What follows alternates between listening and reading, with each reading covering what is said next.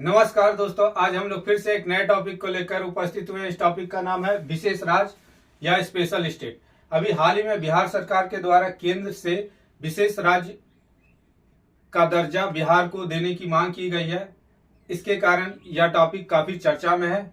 आइए इस टॉपिक के संदर्भ में विभिन्न पहलुओं पर चर्चा करें। सबसे पहले जाने विशेष राज्य वह राज्य होता है जो संशोधित फॉर्मूले के तहत केंद्र के द्वारा राज्यों को धन का आवंटन किया जाता है। यह संशोधित फॉर्मूला है क्या? इसके लिए एक कमेटी बनी थी जो गॉडगिल समिति के नाम से जाना गया। इन्होंने 1969 में धनंजय गॉडगिल रामचंद्र ने एक फॉर्मूला दिया था, जिस फॉर्मूले के आधार पर किसी राज्य को विशेष राज्य का दर्जा दिया जाता है। इसके लिए उन्होंने विभिन्न मापदंड बनाए।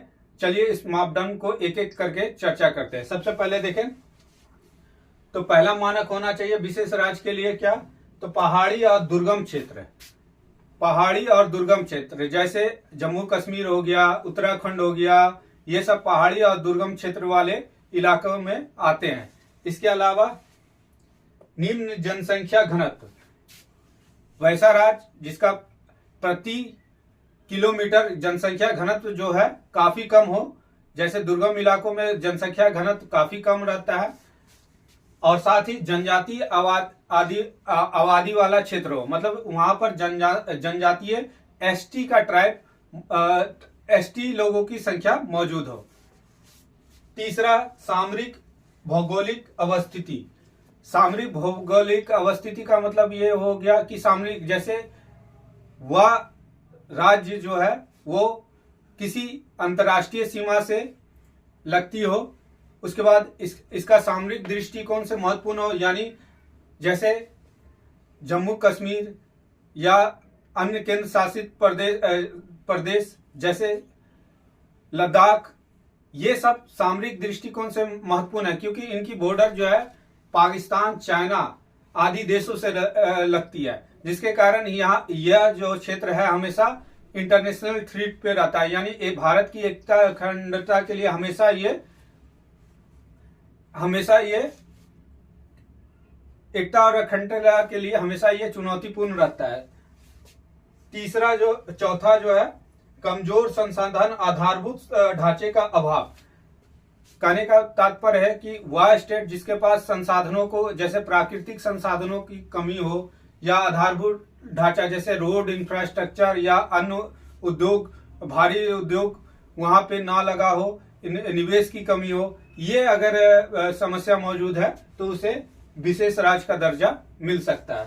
पांचवा जो है कमजोर वित्तीय स्थिति, मतलब कहने का तात्पर्य है वह राज्य जो है आर्थिक रूप से पिछड़ापन हो, गरीबी का शिकार हो, तो इस आधार पे उसे विशेष राज्य का दर्जा दिया जाता है।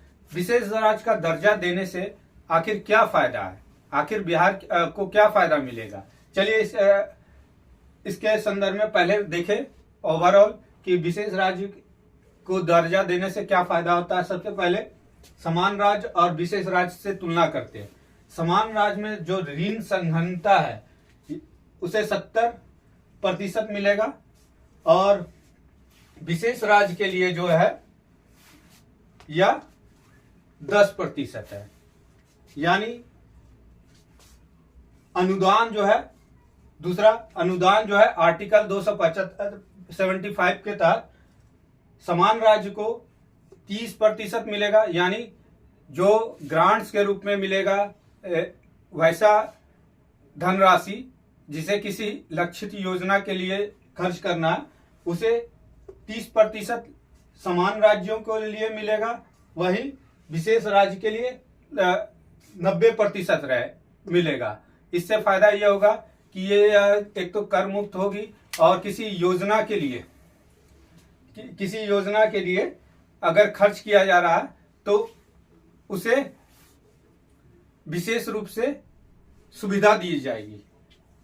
उसके बाद विशेष राज्यों में अगर कोई विशेष राज्य है, जैसे मान लीजिए सिक्किम हो गया, उत्तराखंड हो गया, अगर यहाँ कोई इन्वेस्टर इन्वेस्ट करता है, यानी कोई निवेशक अपनी धनराशि को यहाँ निवेश करेगा इस राज्य में, तो उसे कर मुक्त रहेगा उसके लाभ जो है, लाभ पर टैक्स जो है कम से कम लिया जाएगा, तो बहुत सारे छूट मिलेंगे। ऐसा जो है समान राज्यों के संदर्भ में नहीं है।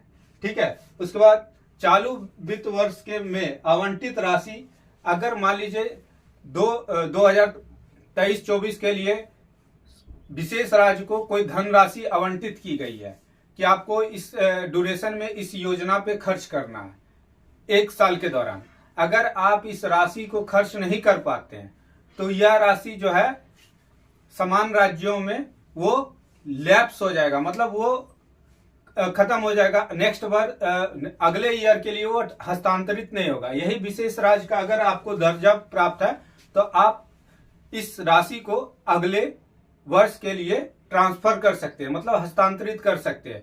तो इससे फायदा होगा कि आप इस साल अगर मान लीजिए किसी और योजना में आप बिहार सरकार या अन्य सरकार जो विशेष राज्य से का दर्जा प्राप्त है वो इस साल खर्च नहीं कर पाई तो अगले साल हस्तांतरित करके उसे खर्च कर सकती है। ये इसके फायदे हैं। अब देखें बिहार सरकार के संदर्भ में कि बिहार सरकार आखिर किन आधारों पे जो है विशेष राज्य का दर्जा प्राप्त करने के लिए मांग कर रही है। सबसे पहले देखें तो बिहार सरकार के संदर्भ में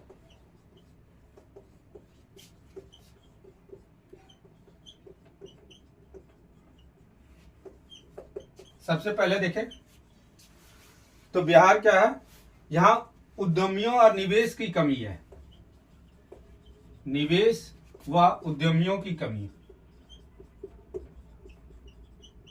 इंटर दूसरा देखें बिहार सबसे गरीब राज्य है। अभी नीति आयोग ने एक रिपोर्ट जारी किया, उस रिपोर्ट के अनुसार बिहार में जो है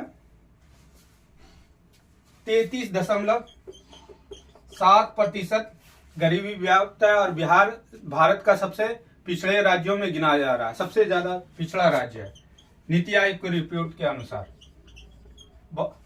उसके बाद फिर देखें कि बिहार में सरकार को जो राजकोषीय आदर्श का पालन करना पड़ता है उसके लिए 3% जो राजकोषीय घाटा को हम टारगेट रखें उससे आइडियल रूप में भविष्य में भी संचालित करने के लिए हमें विशेष राज्य की दर्जा होना चाहिए।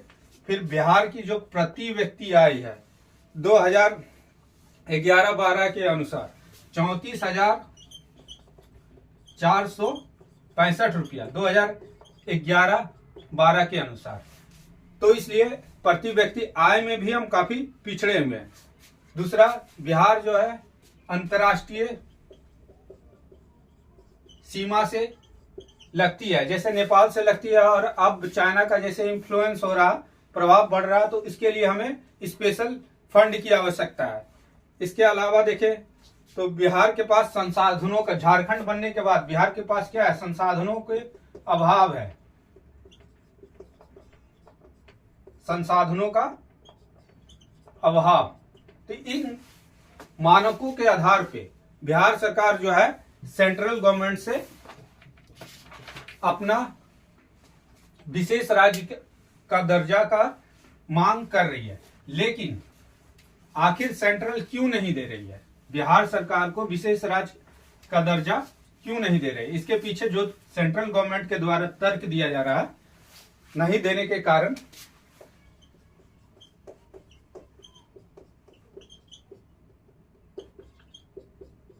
पहला सबसे महत्वपूर्ण कारण है कि बिहार में जो है जनघनत्व कितना है 106 पर किलोमीटर स्क्वायर, यानी देश का सबसे नंबर 1 जनघनत्व वाला राज्य है, तो इसलिए ये एक पैमाने पे खरा नहीं हुई उतरी। दूसरा ये दुर्गम इलाकों में नहीं आता है, बिहार जो है दुर्गम इलाकों में जैसे पहाड़ी नॉर्थ ईस्ट के राज्य हो गए उस प्रकृति के राज्य में नहीं आता है।